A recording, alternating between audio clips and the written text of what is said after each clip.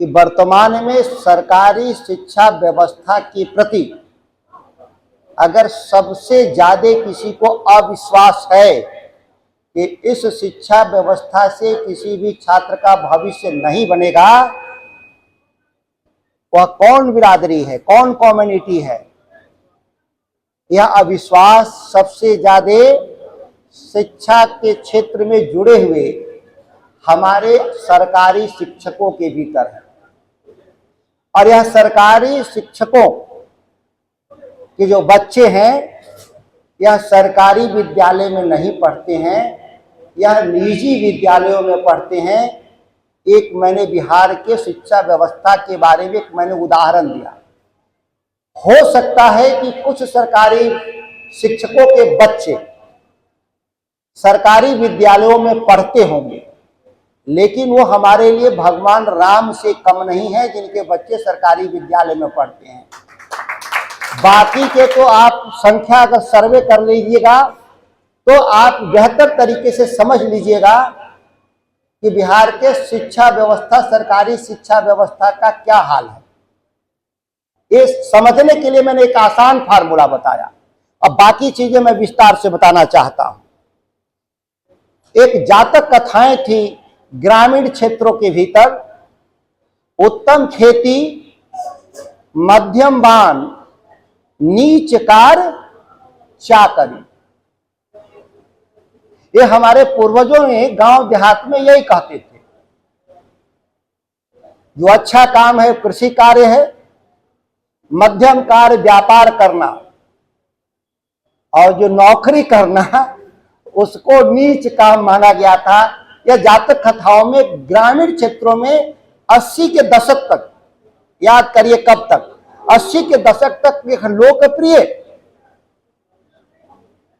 लेकिन 80 के बाद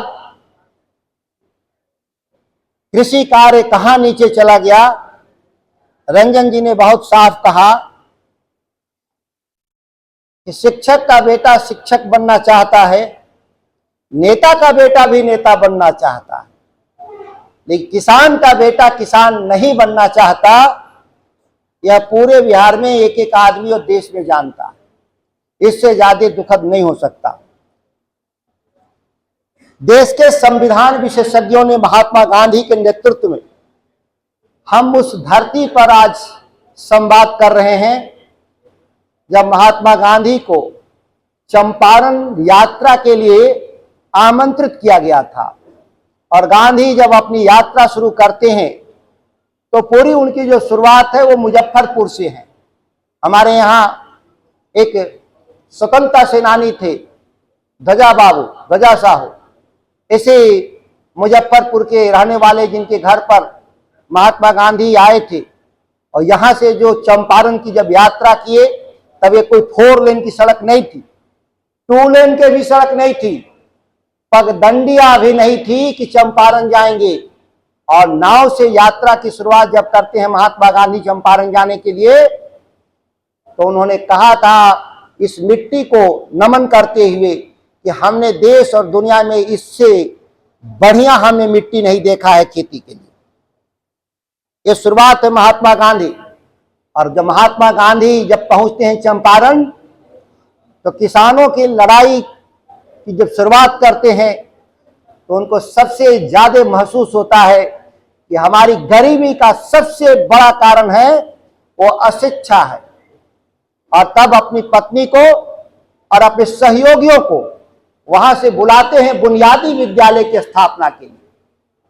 और महात्मा गांधी ने बिहार की शिक्षा व्यवस्था को ठीक करने के लिए 329 बुनियादी विद्यालय की स्थापना करते हैं जो उस जमाने में आवासीय हुआ करते थे। ये कोई साधारण नहीं था, इस सरकार की व्यवस्था से नहीं था। गांधी बिहार के नहीं थे और उन्होंने उच्च शिक्षा के लिए बिहार विद्यापीठ की भी स्थापना किया था। उन्होंने 3 विद्यापीठ बनाए थे, बिहार विद्यापीठ, काशी विद्यापीठ, गुजरात विद्यापीठ।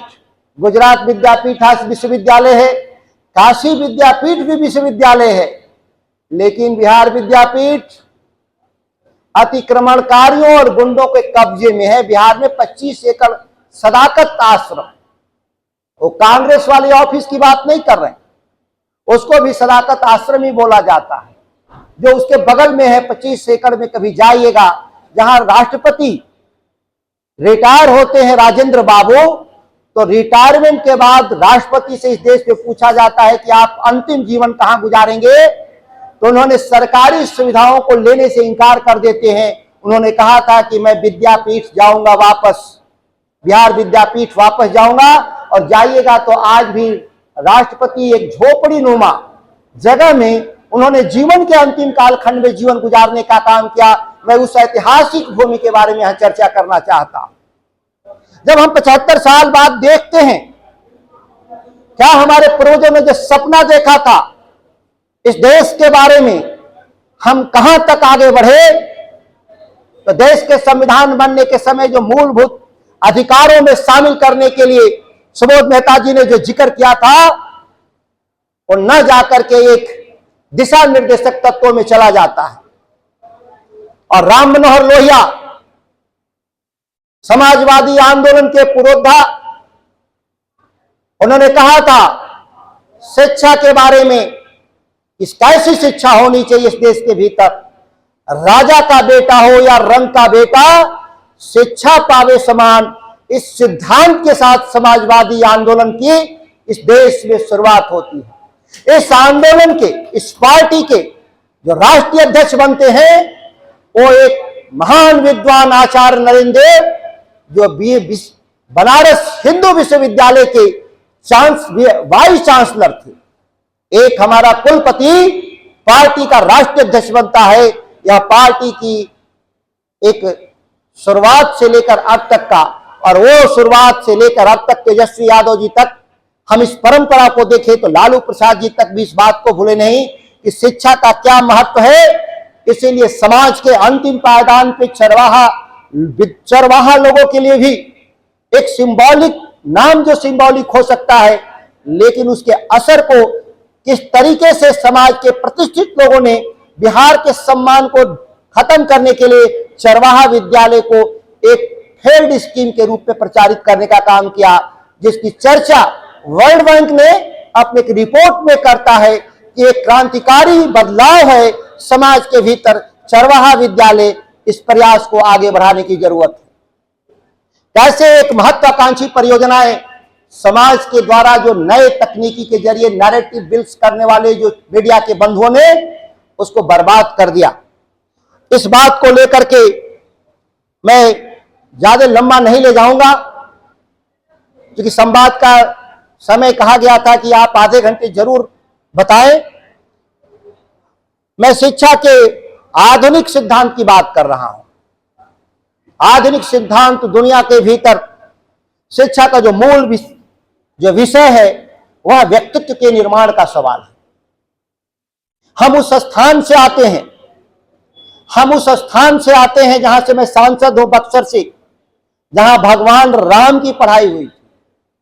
विश्वामित्र ने एक स्कूल खोला था, जो पहले स्कूल को हम आश्रम बोलते थे, वो आश्रम में स्कूल होते थे। और विश्वामित्र क्या थे? विश्वामित्र शिक्षक नहीं थे, एक राजा थे वो। और राज को त्याग करके उन्होंने शिक्षा दान का निर्णय लिया था, और उनके छात्रों में से भगवान राम भी एक थे। मैं ये बात आपको बता रहा हूं। हालांकि अब बक्सर अशिक्षा का केंद्र है, इस बात को मुझे स्वीकार करने में कोई भी हिचक नहीं है। आज कोई भी शिक्षा के बड़ा केंद्र वहां पर नहीं है। हम भगवान बुद्ध को भी याद कर लें। ये मुजफ्फरपुर जो वैशाली का इलाका, जो भगवान बुद्ध ने जो सिद्धांत दिए थे, एक राजा होकर के भी उनको लगा कि हम राज व्यवस्था से समाज को परिवर्तित नहीं कर सकते, सामाजिक न्याय नहीं दे सकते। और उन्होंने ज्ञान के बदौलत, ज्ञान प्राप्ति के बाद धर्म चक्र परिवर्तन का जो उन्होंने सिद्धांत दिया, वो भी एक ज्ञान का काम था। ये बिहार इसलिए नहीं आगे था। हम 1200 साल तक दुनिया पर हम इसलिए राज नहीं किए थे कि हम वॉरियर्स थे, हम योद्धा थे, ऐसा नहीं बात थी। दुनिया में हमसे ज्यादा ताकतवर योद्धाएं थे, लेकिन हम दुनिया पर इसलिए राज किए। दुनिया पर कहने का मतलब है कि ये छोटा भारत नहीं था, हम जब मौर्य वंश की बात करते हैं, जब मगध साम्राज्य की बात करते हैं, तो हमारा साम्राज्य मध्य एशिया तक था, ईरान इराक तक था, और हमारी जो सांस्कृतिक जो विस्तार था वह पूरी दुनिया में था। तब अमेरिका को कोई जानता नहीं था, यह तो आधुनिक काल में अमेरिका को लोगों ने जाना। बाकी दुनिया के बारे में असभ्य और बर्बर लोग थे, यूरोप के लोग। 13वीं सदी तक वह अक्षर ज्ञान नहीं था। वो धर्म के धर्मांधता की आड़ में उन्होंने क्रूसेड वार, धर्म युद्ध लड़ा, लाखों लोग मारे गए। तब हम दुनिया को विश्वविद्यालय दिया। बिहार की भूमि ने 3-4 आज दिखते हैं। सच्चाई है कि 20-21 विश्वविद्यालय था। विक्रमशिला से लेकर के तक्षशिला जो पाकिस्तान के बीच में 20-21 विश्वविद्यालय था, जब लोगों के पास ज्ञान हासिल करने के लिए प्राथमिक विद्यालय नहीं था। वेनसांग फाहियान भारत आते हैं, मध्य एशिया से लोग पढ़ने के लिए भारत, तो ज्ञान की खोज में आते हैं। वो जानते हैं कि दुनिया को बदलने का एक ही तरीका है ज्ञान, और ज्ञान कहां मिलेगा? वो भारत में मिलेगा। और आज क्या हालत है इस बिहार का, ये भारत का? यहां बच्चे जानते हैं कि हम तरक्की ज्ञान के ही जरिए हासिल कर सकते हैं। यहां गरीब से गरीब भी व्यक्ति चाहता है कि वह दिल्ली विश्वविद्यालय, जवाहरलाल नेहरू विश्वविद्यालय नहीं, कैम्ब्रिज, ऑक्सफोर्ड और हार्वर्ड जाए। या जिज्ञासा आज भी भारतीय समाज के भीतर है पढ़ने का। हमारे ज्ञान के जो केंद्र हैं वो बिहार से यूरोप चले गए, और आज यूरोप और अमेरिका दुनिया का सिरमौर इसीलिए है कि हमने ज्ञान के केंद्र को ध्वस्त कर दिए। और ध्वस्त करने में इसमें सामूहिक रूप से सभी लोग शामिल हैं। मैं किसी एक बिरादरी, एक कौम और एक धर्म के लोग को मैं जिम्मेदार नहीं मानता। जो आरएसएस और भारतीय जनता पार्टी के लोग जो प्रचारित करते हैं वो एक झूठा प्रचार है, वो एक नैरेटिव है कि कोई खास वर्ग के लोगों ने बिहार के जो सबसे महत्वपूर्ण विश्वविद्यालयों को ध्वंस करने का काम किया। उसमें सभी लोग शामिल। शिक्षा के ही कारण हम दुनिया की अर्थव्यवस्था में 24 से 26% हमारा योगदान का कारण यही था। लेकिन हम जिस तरीके से शिक्षा के ज्ञान के केंद्र सिकुड़ते गए, टूटते गए, ढहते गए, हमारा साम्राज्य घटते घटते हम कहां चले आए। और व्यापार नाम का तो कोई आज पूछता ही नहीं दुनिया में कि हमारा कोई भारत के भीतर योगदान है। हम नए आना चाहते हैं वर्तमान में। हमारे तमाम स्वतंत्रता सेनानी नेताओं के इच्छा के विपरीत भी हम संविधान में शामिल नहीं करा पाए। लेकिन एक लंबे संघर्ष के बाद 2009 में नई शिक्षा नीति की घोषणा की जाती है, और नई शिक्षा नीति कानून आता है, मौलिक अधिकार, फंडामेंटल राइट्स। इससे पहले हमारे पास फंडामेंटल्स राइट नहीं था, और फंडामेंटल्स राइट 2009 में कानून पास होने के बाद भी हम जब 2025 तक 16 साल में, पिछले 11 साल से जो सरकार में बैठे हुए लोग, जो दिल्ली के भीतर इसमें बैठे हुए लोग, आरएसएस और भाजपा के लोग शिक्षा के किस स्तर के विरोधी हैं, उस फंडामेंटल राइट्स को, जो एक्ट है, जो कानून है, उसको दबाते हुए 2020 में एक नई राष्ट्रीय शिक्षा नीति लाया, जिसका उद्देश्य क्या हुआ? शिक्षा का जो मुख्य उद्देश्य था, व्यक्तित्व का निर्माण, व्यक्तित्व का विकास। आपका नॉलेज आपको इंपावर्ड करता है सोसाइटी को चलाने के लिए, इकोनॉमी को चलाने के लिए। उस मूल सिद्धांत को बदल करके रोजगार परक शिक्षा की बात करता है, स्किल्ड एजुकेशन।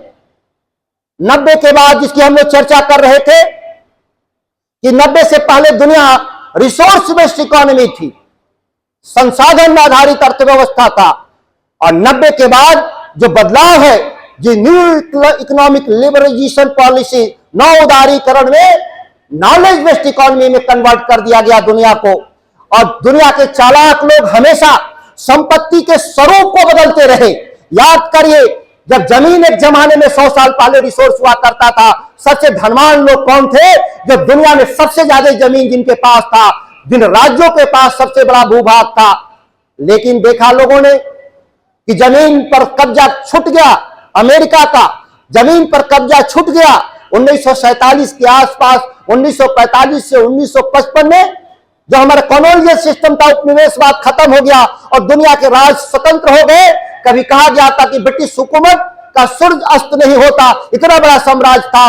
45 से 55 के बीच में दुनिया में सभी लोग स्वतंत्र हो गए, भूमि पे से कब्जा हट गया, तो उन्होंने संपत्ति के स्वरूप को बदल दिया और जमीन आधारित अर्थव्यवस्था को बदल करके नेचुरल रिसोर्स बेस्ड इकोनॉमी कर दिया। अब वो धनी थे जिनके पास पेट्रोल था, जिनके पास कोयला था, जिनके पास जमीन से खुदाई करके निकाले हुए थे, उसके आधार पर अर्थव्यवस्था का आकलन हुआ और हम लोग उस रेस में शामिल हुए और भारत के कृषि व्यवस्था को चौपट करके हमने देश में औद्योगिकीकरण के नाम पर व्यापक पैमाने पर खनन की शुरू किए और जो हमारा जो ट्राइबल्स के जो एरिया थे, जो नो गो एरिया, जो रिस्ट्रिक्टेड एरिया, जो जंगल थे, जो हमारे पास दुनिया का सबसे ज्यादा बायोडाइवर्सिटीज वाला दुनिया में माने जाते, जहां दुनिया के जितने तरह के मौसम हैं वो भारत के भीतर था। अमेरिका के पास, इंग्लैंड के पास, उनके पास वो मौसम नहीं था जो भारत के पास था। यहां हमारे पास पहाड़ भी है, हमारे पास समुद्र भी है, हमारे पास रेगिस्तान भी है, हमारे पास हर मौसम के लायक यहाँ पे खेती के लायक अनुकूल था।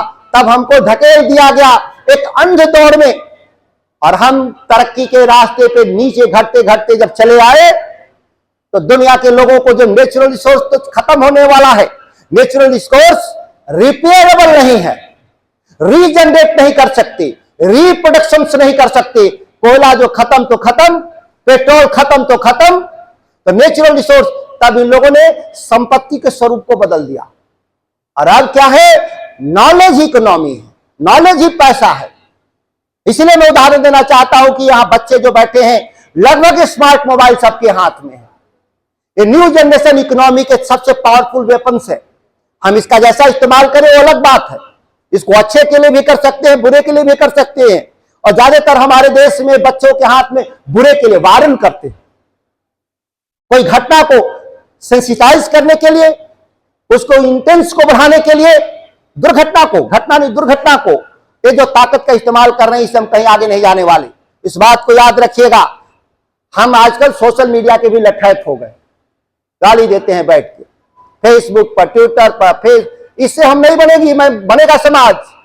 आलोचना कंस्ट्रक्टिव होना चाहिए। हम असहमत होंगे उन लोगों से तो एक वैकल्पिक विचारधारा की हम बात करेंगे। हम विरोध करने के लिए नहीं बने हैं हमारे समाज के नौजवान, हम विकल्प देने के लिए बने हैं। इस बात को याद रखिएगा हमेशा। हम लोगों को लगता है कि जो हो रहा है सही नहीं है, तो फिर क्या सही है, यह बात हमको लेके आना होगा, तब आपके पीछे लंबा लाइन खड़ा होगा, एक लंबी लकीर खींच पाएंगे। नहीं तो केवल आलोचना में आप समय गुजार देंगे तो आपका आने वाली पीढ़ी भी आपको माफ नहीं करेगी और संघर्ष जाया आपका चला जाएगा, आप ऊर्जा आपकी जाया चली जाएगी, अब थके हुए हारे हुए जैसे लगेंगे युद्ध मैदान से। इस बात को याद रखिएगा। कई बार हम राजनीतिक दलों के द्वारा, राजनेताओं के द्वारा अस्पष्ट रूप से एक लठैती के रूप में सोशल मीडिया पे एक प्रोपेगेंडा खड़ा करना चाहते हैं, उनका हमको इस्तेमाल नहीं होना। यह असल सोशलिस्टों का काम होना चाहिए। सोशलिस्ट इसको कहते हैं, हम किसी नैरेटिव में, विचारधारा में नहीं फंसेंगे, हमको जो सही है वही कहेंगे। और नई एजुकेशन नीति में मैंने कहा, जिस देश में नीति बनाने वाले लोग को सरकार में बैठे हुए स्किल और नॉलेज में फर्क ना हो, स्किल और नॉलेज में फर्क ना हो, इस बात को नई शिक्षा नीति में इस बात को समझना होगा। हमारे रिसर्च यूनिवर्सिटी, हमारे प्रीमियम इंस्टीट्यूशंस की स्वायत्ता खत्म की जा रही है, उनके फंडिंग्स को खत्म किया जा रहा है।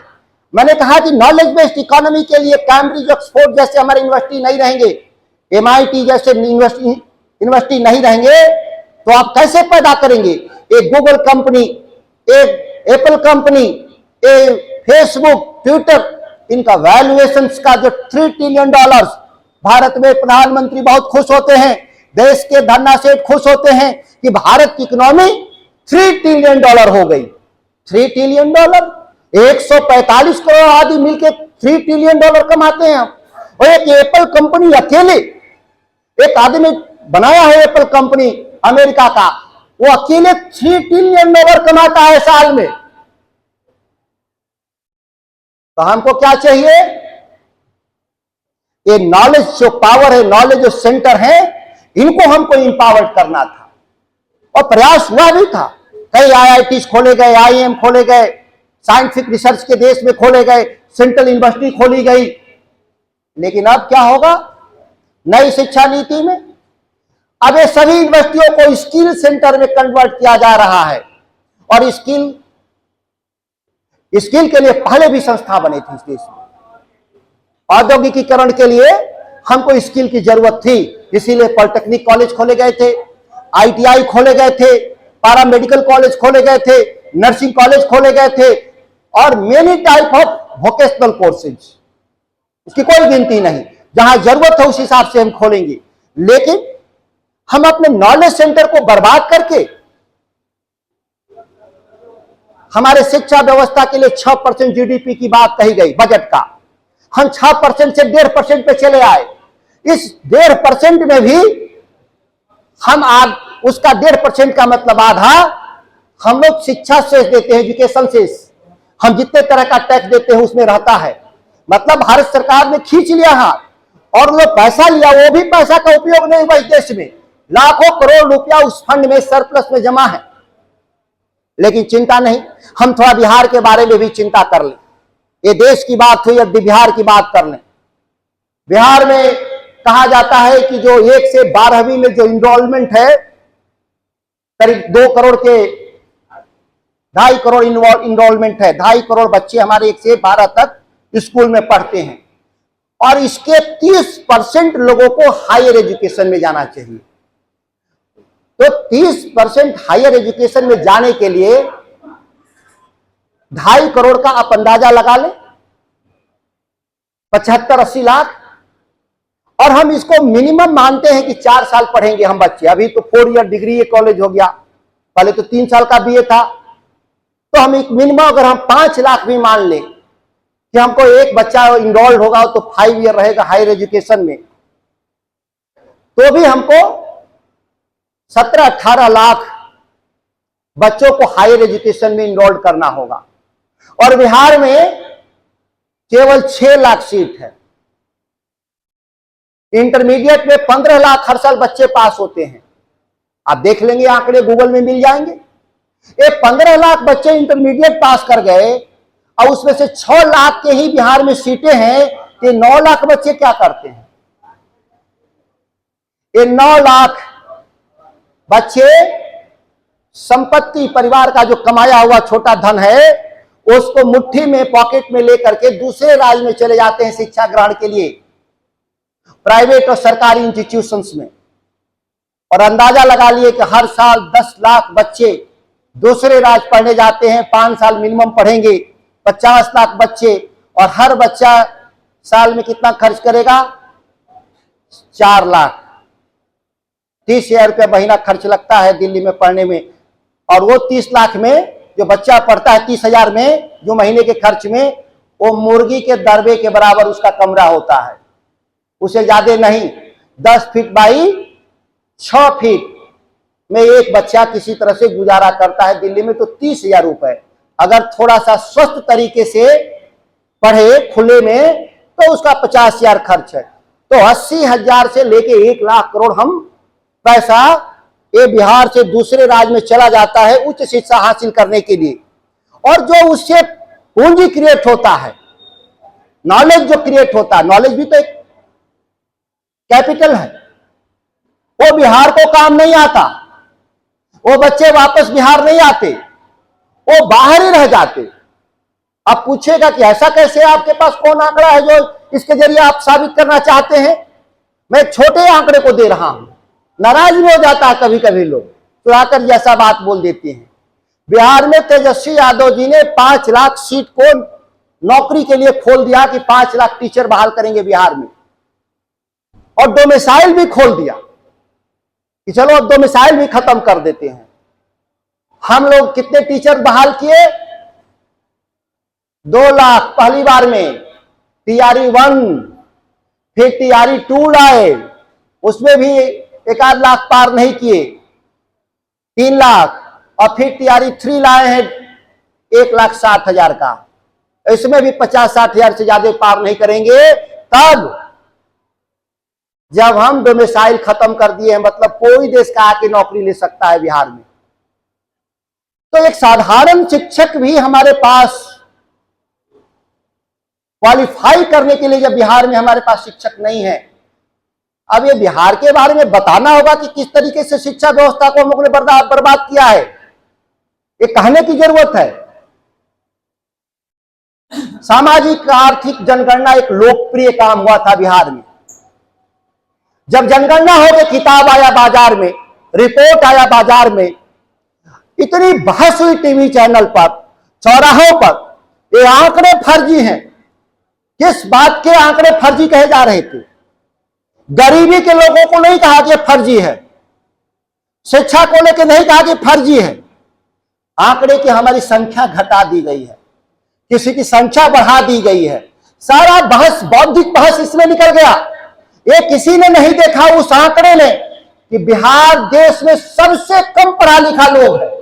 7.25% बिहार की आबादी ग्रेजुएट है और राष्ट्रीय औसत 15%। कभी दुनिया का सिरमौर रहा बिहार ज्ञान के मामले में। दुनिया की बात छोड़िए, भारत में भी आधे से कम थे। कहां से शिक्षक मिलेंगे बिहार के लिए? वो 7.25% लोग भी जो जिंदा होंगे, जो आजादी के बाद 45-47 से लेकर अब तक बूढ़े बुजुर्ग सब उसी में ग्रेजुएट थे, तो 7.25%। न्यूनतम माना गया है कि यह अर्थव्यवस्था को मजबूत तरीके से संचालित करने के लिए 30% हायर एजुकेशन होना चाहिए। हम हैं कहां खड़ा है? बिहार को विशेष राज्य का दर्जा जाना चाहिए। यह नारा बुलंद करने वाले सभी दल के बिहार के लोगों ने कभी नहीं कहा कि विशेष राज्य अगर देर से भी मिलेगा तो काम चलेगा। विशेष पैकेज के भी जरिए बिहार को हम एक छोटा छोटा अनुमान से कहते हैं 10 सेंट्रल यूनिवर्सिटी बना दो, 10 IIT खोल दो, 5 एम्स खोल दो। इस तरह के उच्च शिक्षा के केंद्र भारत सरकार अगर हमको दे दे तो इसकी लागत कितनी आएगी? एक JNU बनाने में मात्र 1500 करोड़ रुपए खर्च होता है, ज्यादा नहीं।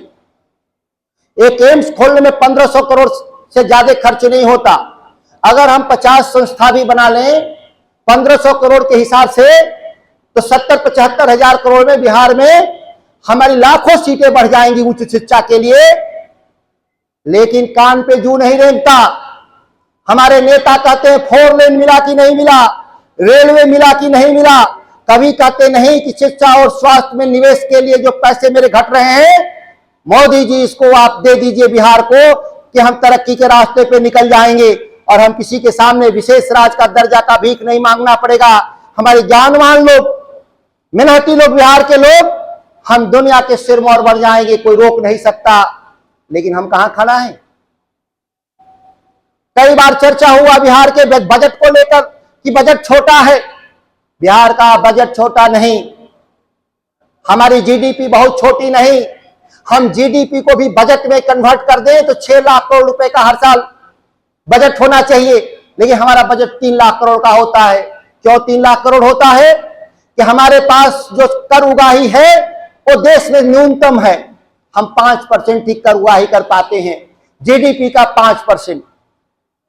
और दुनिया के अर्थशास्त्रियों का कहना है कि GDP का 15% कर उगाही होना चाहिए। अगर हम कर उगाही 15% क्यों नहीं कर रहे?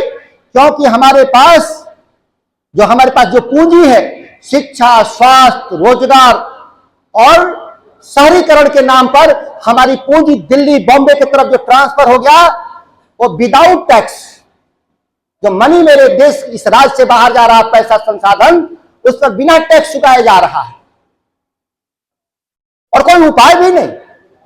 हमारा कोई कानून नहीं बना सकते इस राज्य के भीतर कि हमारा कोई व्यक्ति दूसरे राज्य में एक्सपेंडिचर करेगा तो उस पर टैक्स ले सकते हैं।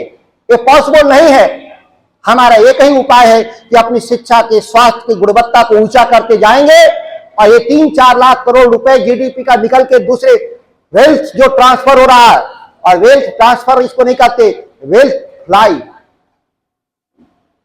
ये उड़ रहा है, ये धन उड़ के चला जा रहा है और ब्रेन ड्रेन भी हो गया। जो इससे पूंजी पैदा हो वो भी बाहर चला गया और पूंजी भी चला गया, दोनों साथ चला गया। देश को रोकने का क्या तरीका है? एक ही तरीका है और उच्च शिक्षा से लेकर प्राथमिक शिक्षा तक को ठीक करना होगा। इसमें हमारे कई सुधारों की आवश्यकता है। कहीं चर्चा नहीं हुआ नई एजुकेशन पॉलिसी में कि हमारे प्राथमिक विद्यालय आज तक इस देश में, किसी राज्य की बात छोड़ दिए, देश में हमारे जो शिक्षकों की बहाली और इंफ्रास्ट्रक्चर का जो सबसे बेसिक कैलकुलेशन है, जो यूनिट है, वो 40 बच्चे पर है।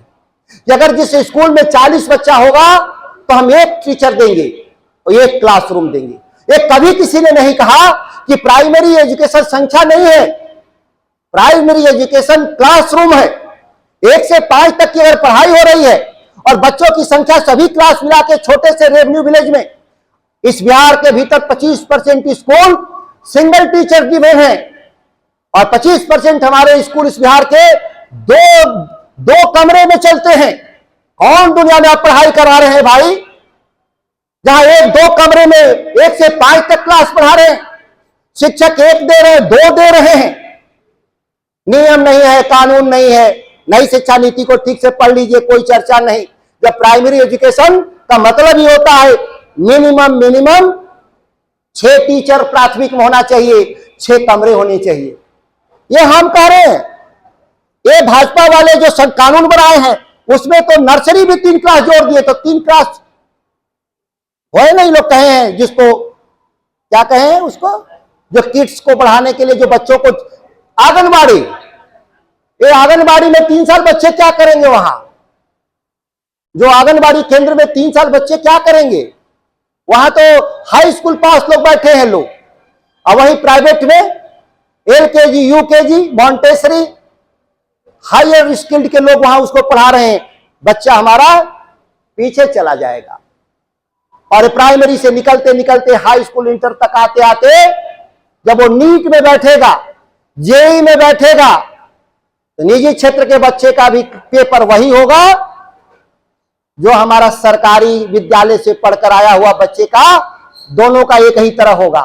तो परीक्षा जब क्वेश्चन पेपर असमान, शिक्षा असमान, तो पेपर समान कैसे होगा भाई?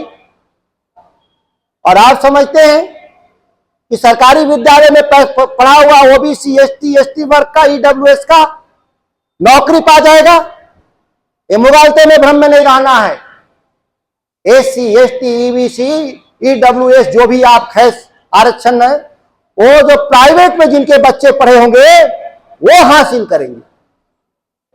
एक षड्यंत्र है। इस षड्यंत्र को आज तक नौजवान नहीं समझता कि किस तरीके से शिक्षा व्यवस्था को ध्वस्त किया जा रहा है। पूरे बिहार में चर्चा होता, सरकार में बैठे लोग, भाई 2005 से पहले क्या था बिहार में? तो लोग पूछता है नीतीश जी से कि आप ही बता दो क्या क्या किए। हमें सड़क बना दिया, हमने बिजली ला दिया। वो कभी नहीं कहते कि हमने शिक्षा व्यवस्था को ठीक कर दिया। सोशल जस्टिस के लिए सबसे जरूरी है एजुकेशन जस्टिस। बिना शिक्षा के शिक्षा न्याय का, सामाजिक न्याय का पूरा आंदोलन एक समय के सामने ध्वस्त हो जाएगा। मैं इस मुजफ्फरपुर के इस ऐतिहासिक भूमि से इस बात को मैं कह रहा हूं। पूछना होगा अपने नेताओं से कि आप शिक्षा व्यवस्था में गुणात्मक बदलाव के लिए आपने बजट का कितना % खर्च करेंगे? और बजट का महत्वपूर्ण नहीं है। हम बजट के भी मुगालते में कभी कभी मैं भी आ जाता था। 60,000 को 22% नहीं, प्रति व्यक्ति हम कितना खर्च करेंगे? जब एक नवोदय विद्यालय, सेंट्रल विद्यालय साल में 36,000 रुपए खर्च कर रहा है एक बच्चे पर, तो बिहार सरकार 2200 रुपए खर्च कर रही है। तो हम तो सेंट्रल स्कूल नवोदय विद्यालय के बच्चे से भी 10 गुना पीछे हैं। तो हम कैसे कंपीट करेंगे? वो ठीक है कि बच्चों को सरकार का पैसा नहीं लगता, लेकिन व्यवस्था में तो अंतर है। और बाकी प्राइवेट का छोड़ दीजिए, DPS में पढ़ने का महीने का खर्च 30,000 रुपया आ रहा है दिल्ली में। इधर का हम नहीं जानते, और इधर भी 10,000 8,000 से कम नहीं आता। और वहां पे हमारा बच्चा 2200-2500 में साल भर पढ़ रहा। हम कहां हैं? हम कहीं नहीं खड़ा हैं। हमको निवेश बढ़ाना होगा गुणवत्तापूर्ण शिक्षा के लिए। हम शिक्षा पर यही खत्म करते हैं। एक लंबा वक्तव्य मेरा हो गया। हम कृषि पर भी लंबा वक्तव्य नहीं जाना चाहते हैं। थोड़ी सी चर्चा हम इसमें कृषि के बारे में थोड़ा किया। एक सामाजिक आर्थिक जनगणना में एक दूसरा आंकड़ा था कि बिहार के 35% आबादी, 34% आबादी प्रतिदिन 27 रुपये पे जिंदा है, और इसके बाद 35-36% इस बिहार की आबादी प्रतिदिन 59 रुपया पे जिंदा है। मतलब 70% आबादी रोज के न्यूनतम आवश्यकताओं को पूरा नहीं कर सकते। हम कृषि क्षेत्र में बिना बदलाव का, हम फार्म इनकम डबलिंग का एक नारा जोड़ा से बाहर निकलना होगा, जमीनी हकीकत में इसको तब्दील करना होगा। इसके लिए जो प्रयास होना चाहिए सरकार के स्तर पे कहीं दिखता है।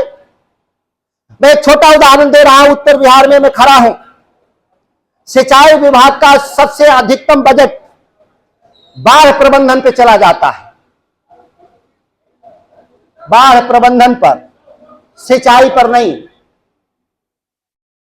और सिंचाई इस बिहार में रकबा घटते घटते 2004 में लालू जी की जो सरकार खत्म हुई तो 12.5 लाख हेक्टेयर में हम बड़े जलाशयों के जरिए पानी पटवन कर रहे थे, जिसमें गंडक है, कोसी है, सोन नहर। अब घट के कितना हो गए? 9.5 लाख हेक्टेयर। 25% बिहार में रकबा घट गया पटवन का। ये कहीं चिंता का विषय बिहार में? कोई आंकड़ा, कहीं कोई चर्चा चुनावी राजनीति में? जबकि बजट को देखें तो पिछले 21 साल में एवरेज 5,000 करोड़ रुपए हम खर्च किए हैं। अब 21 पांचे लगभग 1 लाख करोड़ रुपया पिछले 21 साल में खर्च करने के बाद भी, 20 साल में खर्च करने के बाद बिहार में पटवन 25% घटा है। किसी जमाने में गंडक का पानी तेल तक जाता था,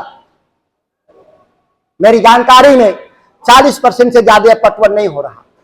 कोसी में 40% से पटवन ज्यादा नहीं हो रहा। ये कौन लोग है शासन करने वाले बिहार में? क्या बिना पानी का खेती बढ़ जाएगा? कोई है विज्ञान इस तरह का? और बाढ़ प्रबंधन के नाम पे जब खर्च किए गए तो बाढ़ग्रस्त इलाका का क्षेत्र बिहार में कैसे बढ़ गया, ये बिहार सरकार के बजट भाषण में भी सुन सकते हैं। दुनिया में बाढ़ प्रबंधन से बाढ़ घटता है और बिहार में बाढ़ प्रबंधन पे पैसा खर्चने से बाढ़ बढ़ता है। यह भी एक प्रबंधन है। और फिर भी कहते हैं कि हम नीति बना रहे हैं, राम राज ला रहे हैं। नहीं, आप रावण राज के प्रतीक हैं बिहार में नीतीश कुमार, भाजपा के लोग। जवाब आपके पास नहीं है, लेकिन जवाब पूछने के लिए भी सवाल खड़ा करना होगा। क्या हमारी नई पीढ़ी के लोग सवाल पूछना चाहते हैं सरकारों से? कभी कभी हम देखते हैं कि सवाल विपक्ष से ही पूछ लेता है नौजवान, आपने क्या किया? और हम कहते हैं कि हमने सदन में बोला और हम मंच से बोले तो कहता है तो बहुत आसान काम है। तो आसान काम तो सरकार भी चलाना है, उन लोग क्यों नहीं इस काम को कर देती? तो कृषि का एक उदाहरण हमने दिया, ज्यादा नहीं समय लेंगे, घबराइए नहीं नौजवान लोग, 5 मिनट 7 मिनट और। ये बहुत महत्वपूर्ण बात है, पूरे जीवन में आपको काम आएगा। और जो मैं आंकड़े और साक्ष्य दे रहा हूं, गूगल पे भी सर्च करिएगा तो आपको लगभग बराबर मिलेगा। दशमलव में कहीं कोई अंतर आ जाएगा और ज्यादा अंतर आएगा तो मुझसे जरूर पूछिएगा। मेरा मोबाइल नंबर सार्वजनिक डोमेन में है, ध्यान दीजिएगा, गूगल करिएगा फेसबुक पर तो मेरा मोबाइल नंबर सार्वजनिक मिलेगा, वो कोई गोपनीय नहीं है। तो आप सवाल जरूर पूछ सकते हैं मेरा, हम आपको जरूर जवाब देने का काम करेंगे। अब आगे साथियों मैं बताना चाहता हूं सिंचाई की दुर्व्यवस्था पे। बिहार सरकार ने नीतीश कुमार के राज में 2012 में 2008 में कृषि रोड मैप लाया और 2008 में प्रथम कृषि रोड मैप से 2012 4 साल का था पहला कृषि रोड मैप। तो उसमें एक नीति निर्माण था, उसमें बजट नहीं था, 3000 करोड़, कोई रकम नहीं होता, मतलब वो एक पॉलिसी था। वहां तक तो बात खत्म करिए, जब पैसा ही नहीं खर्च किया तो उसका परफॉर्मेंस क्या पूछना है। 2012 से 2022 के बीच में द्वितीय कृषि रोड मैप आया और तृतीय कृषि रोड मैप आया और दोनों ही रोड मैप में खर्च किया गया 1,54,000, 1,60,000, 60,000, 1,54,000, 1,56,000 करोड़, 3,10,000 करोड़ खर्च हुआ। और जब 22 में मैं मंत्री बना तो कृषि रोड मैप 4 आया था 1,60,000 करोड़ का दस्तखत करने के लिए। तो मैंने कहा कि दस्तखत करने से पहले ये तो देख लें कि हम 3,10,000 करोड़ पे जो खर्च किए उसका परफॉर्मेंस क्या है। जब आपने वो साक्ष्य मंगाए सरकार से, विभाग से, तो बिहार में 1 लाख टन 10 साल में उत्पादन घट गया था, जबकि कहा गया था कि 1 करोड़ 80 लाख मीट्रिक टन से बढ़ा करके इसको हम ले जाएंगे 3 करोड़ मीट्रिक टन तक। क्या था बात? जब हम बजट दिए, नीति बनाए, तो क्या तय हुआ? हम 1 करोड़ 80 लाख टन से उत्पादन बढ़ाकर 3 लाख करोड़ तक ले जाएंगे, 3 लाख करोड़ तक ले जाएंगे। इसके लिए हम पैसा खर्च किए। अरे भाई, आप 3 करोड़ नहीं गए तो 2.25 करोड़ गए होते। थोड़ी समस्या थी तो 2.5 करोड़ भी चले गए होते। आप कहीं नहीं गए तो आप पीछे कैसे चले गए 3,10,000 करोड़ रुपए खर्च करने के बाद? क्या सरकार नीति बना रही थी और पैसे खर्च हो रहे थे हमारे राज्य के गरीब लोगों का? तब मैंने कहा इस पर दस्तखत नहीं करेंगे। और किसानों की आमदनी बढ़ाने के लिए जरूरत है, उत्पादन बढ़ाने की जरूरत नहीं है। उत्पादन हमारे पास पर्याप्त है बिहार में, इस देश में। उसका एक बाजार में मूल्य नहीं मिलता। जो किसान उत्पादन करता है वह कौड़ियों के भाव बिकता है। और मिनिमम सपोर्ट प्राइस जो सरकार का एक फर्जी आंकड़ा है, मिनिमम सपोर्ट प्राइस एक फर्जी आंकड़ा है। सुबोध भाई ने कहा कि अलग अलग राज्यों में इनपुट कॉस्ट अलग है, अलग अलग राज्यों में खेती के खर्चे अलग हैं। तो देश में एक ही दाम कैसे चलेगा? कैसे चलेगा? बिहार में 250 रुपया मजदूरी है सरकार के हिसाब से। 250 में मजदूर नहीं मिलता, 350 कम से कम लगता है। ये सरकार की बात मान ले तो 250, और केरल में 900 रुपया मजदूरी है। तो वहां का लागत बढ़ गया, लेकिन उसको भी एमएसपी उतना ही मिलेगा जितना पैसा बिहार के किसान को मिलेगा। ये धांधली है। मिनिमम सपोर्ट प्राइस के कैलकुलेशन में इस देश के सरकारों के द्वारा ही जब झांसा दिया जा रहा हो, बेईमानी किया जा रहा हो, तो आप किसके पास अपील में जाएंगे? तो ये जनता का अदालत में ही अपील एक अंतिम विकल्प बनता है। इस बात को याद रखिएगा, इसमें इससे ज्यादा चर्चा नहीं करेंगे। एक फ्रॉड आइडिया है मिनिमम सपोर्ट प्राइस, एक शोषण का एक चक्र बनाया गया। इससे मुक्ति के लिए प्राइस कमीशन का एक गठन करना होगा संवैधानिक निकाय के रूप में। और देश में जितने तरह की फसलें हैं उसका न्यूनतम लागत और उसकी आमदनी की गणना के लिए पार्लियामेंट के एक्ट के जरिए एक स्वतंत्र संवैधानिक निकाय बनाना पड़ेगा। इस देश में बिजली के लिए आयोग है, एक संवैधानिक आयोग है बिजली का रेट फिक्स करने के लिए। इस देश में आप पेट्रोल और डीजल के लिए भी दाम फिक्स करने के लिए संवैधानिक निकाय है। टेलीफोन जो बतियाते हैं, ट्राई भी एक संवैधानिक निकाय है कि कितना पैसा होगा। लेकिन देश के किसानों के दाम को तय करने के लिए सरकार के कर्मचारी, 3rd ग्रेड के कर्मचारी तय करते हैं। इससे बड़ा दुर्भाग्यपूर्ण हालत नहीं होंगे देश में। इसकी भी लड़ाई कौन लड़ेगा? एक देखते हैं कभी ये रोज रिचार्ज का दाम बढ़ता है, मोबाइल का रिचार्ज का दाम, तो सोशल मीडिया पे उस दिन बैनर टंग जाते हैं नौजवानों के द्वारा। लेकिन उन्हीं के पिता, उनके गार्जियन के किसान का अनाज का दाम सही से नहीं तय होता, उनके हाथ रुक जाते हैं, कलम हिल जाते हैं और दिमाग उनका काम नहीं करता। ये कैसा दुर्भाग्य है। जिन पैसों से आप मोबाइल खरीदे हैं, जिन पैसों के कमाई से आपके कपड़े हैं, जिन पैसों की कमाई से कपड़े पहने हैं, शिक्षा ग्रहण किए हैं, वही लोग जिन लोगों ने आपको दिया है, आपके पिता ने, आपके गार्जियन ने, उनके पक्ष में आपके कलम नहीं चलते। इससे भी बहुत बड़ा बौद्धिक दिवालियापन नहीं हो सकता। और कोई कहता है कि मैं समाजवादी हूं, तो आप कहीं समाजवादी नहीं। समाजवाद का अर्थ ही होता है समाज के अंतिम पायदान पर बैठे हुए व्यक्ति की बात करना। और भारत के भीतर समाज के अंतिम पायदान पे किसान बैठा है। 90% इस ब्याज के लोग किसान हैं। अब उनके पक्ष में आप एक लाइन नहीं लिखना चाहते, इससे बड़ा दुर्भाग्य नहीं। मैं ज्यादा समय न लेते हुए अपनी बात को समाप्त कर दूं।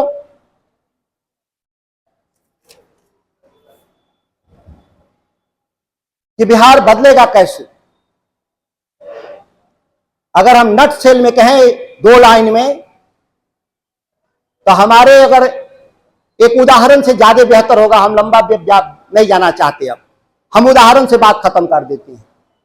केरल सरकार ने अपने प्राथमिक शिक्षा को, एलिमेंट्री एजुकेशन को, मिडिल एजुकेशन को उन्होंने ठीक किया, और वो उसने अपने स्किल सेंटर्स, वोकेशनल सेंटर्स को ठीक किया। तो वहां का शिक्षक और नर्स भारत के भीतर नहीं, आप दुनिया में कहीं जाइएगा तो केरल के लोग सबसे ज्यादा शिक्षक और नर्स मिलेगी। और वो लोग कमाकर भेजते हैं अपने राज्य को, मनी ऑर्डर इकोनॉमी में मिनिमम 25 से 30 हजार रुपये कम से कम भेजते हैं। अब बिहार में शिक्षा के घोर अभाव के चलते हम मजदूर के रूप में 4 करोड़ बिहार के लोग दूसरे राज्य में गए हैं, जिनकी अधिकतम कमाई महीने की 12,000 रुपए है। इससे ज्यादा हम नहीं कमाते। मैं अपने आंख से देखा हुआ, वापी में, गुजरात में, एक मैं औद्योगिक घराने के प्रसिद्ध गांधीयन के घर पर बैठा था। एक गांधीयन है, लेकिन वो औद्योगिक घराने के मालिक भी हैं। उनके ऑफिस के सामने 8,000 9,000 लंबी लाइन लगी थी। उस लाइन में 3-4 हजार महिलाएं थी और 5-6 हजार पुरुष खड़ा थे। हमने पूछा ये लोग क्या करने आए हैं। कहे थे कि मुझे 1600 वर्कर्स के रिक्रूटमेंट के लिए हमने विज्ञापन नोटिस जारी किया है। अरे पुरुषों की लाइन और महिलाओं की लाइन जो खड़े हैं 8-9 हजार, 1600 को लेना है।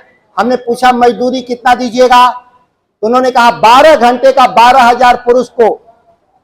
और देखिए जेंडर इनइक्वालिटी की बात, और महिलाओं को 8,000।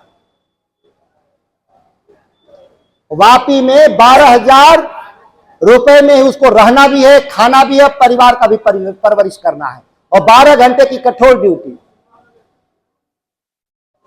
हमने क्या बनाया है इस देश के लिए? श्रमिक, सस्ते श्रमिकों का बाजार बिहार को, और देश को नहीं दुनिया को। अंग्रेजों के जमाने में भी गए, मॉरिशस बसाए, त्रिनाद, टोबैको, फिजी, गुयाना, बहुत सारा देश बसा दिए बिहार के जो कर्मशील योद्धा थे जाकर के। और भारत में भी गुजरात को, हरियाणा को, पंजाब को, तमिलनाडु को, महाराष्ट्र को विकसित राज्य बना दिया बिहार का कर्मशील लोग। लेकिन हम शासन करने वाले लोग, चुनाव जीतने वाले एमपी एमएलए के रूप में शर्मिंदगी महसूस होता है कि हम कैसा बिहार दिए। अगर हम केरल जैसा भी दिए होते तो 3 गुना आमदनी, अगर हमारा 4 करोड़ जो मजदूर है जो बिहार के जो दूसरे राज्य में है, वो 3 गुना अगर बिहार को मनी ऑर्डर इकोनॉमी में भेज देते तो 8.5 लाख जो जीडीपी है ये बढ़ के 20 लाख करोड़ की हो जाती जीडीपी। लेकिन इसके लिए कोई बहुत ज्यादा पैसे की जरूरत नहीं है, 1-2 लाख करोड़, वो भी 10 साल में हर साल 20,000 25,000 करोड़ रुपए अतिरिक्त खर्च करना होगा, और बिहार को बदलते देर नहीं लगेगा। अब बिना बिहार के बदले कोई सोचता है कि हम विश्व की आर्थिक ताकत बन जाएंगे और भारत को बना देंगे, वह लोग भी मुगालते नहीं बनेंगे कभी भी। बिहार आगे जाएगा। बिहार ही जब था मजबूत तो दुनिया में हमारा नाम था। बिहार का सम्मान गिर गया, भारत का भी सम्मान दुनिया में गिर गया, कोई पहचानता नहीं। सुपर पावर बनना है तो बिहार को बदलना होगा। अरे नई पीढ़ी की जिम्मेदारी है कि सवाल करना सीखिए और मीडिया के झांसे में नहीं आइए। वो फर्जी सवाल करते हैं और उसके झांसे में आकर दंगा फसाद कर देते हैं, उससे दूरी बनाएं। हम इन्हीं चंद शब्दों के साथ अपनी वाणी को विराम देता हूं। जय हिंद।